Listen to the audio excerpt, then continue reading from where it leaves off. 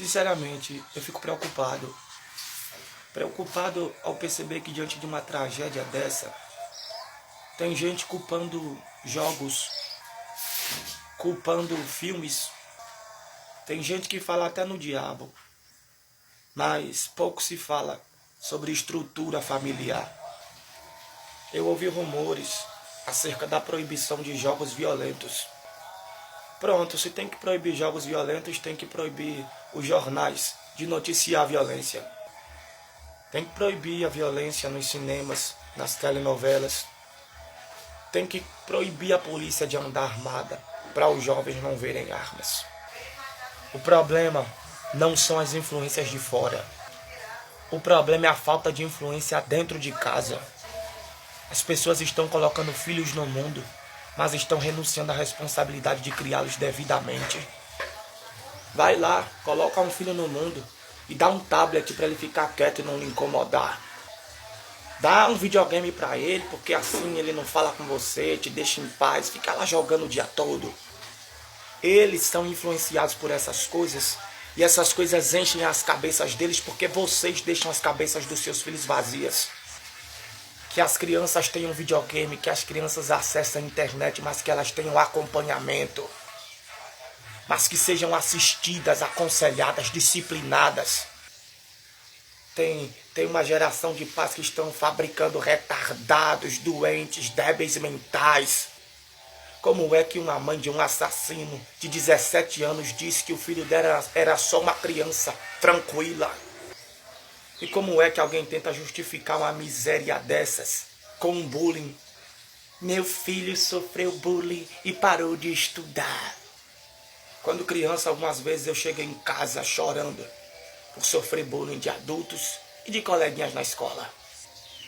Mas eu tive mãe para me dizer, aguente, porque o mundo vai tentar acabar com você.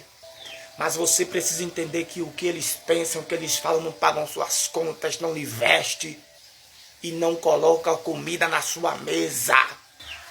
E quando eu dizia que não queria ir para a escola por causa do que estava ouvindo, minha mãe perguntava se eu era abestalhado. E eu me tornei resistente, porque eu tive uma educação que promoveu a resistência. A minha mãe sempre disse, eu crio filhos para o mundo, não crio filhos para mim. Eles têm que ser fortes e estarem preparados para lidar com o mundo que é cruel. E hoje eu vejo pais e mães tentando colocar nas crianças um sentimento de quem tem o rei na barriga.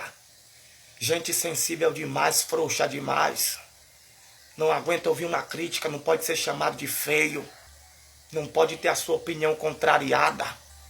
Não pode ter um posicionamento questionado. A geração passada, que tanto apanhou, tornou-se forte. E essa geração do politicamente correto, que não pode tomar umas porradas, é a geração mais mimizenta e esquisita que já se viu. A mãe do assassino disse que o seu filho era uma criança tranquila e que ela não entendeu nada. Hoje, por exemplo, o dia está ensolarado, mas já tem gente que sabe que dia vai chover. Os meteorologistas estão de olho, estão observando o tempo. E dá para saber quando a tempestade vai chegar antes dela chegar. Porque a observação, a atenção é tudo. Sabe por que essa mãe não percebeu nada de diferente? Porque não foi observadora, tão pouco atenciosa. Então vamos deixar de estar falando besteira, responsabilizando jogos, filmes. Fala-se até em diabo, mas não se fala nos laços familiares rompidos.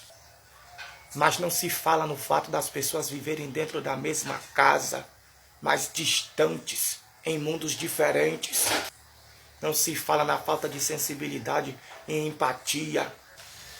Aí o desprezo gera um vazio. O vazio gera uma depressão.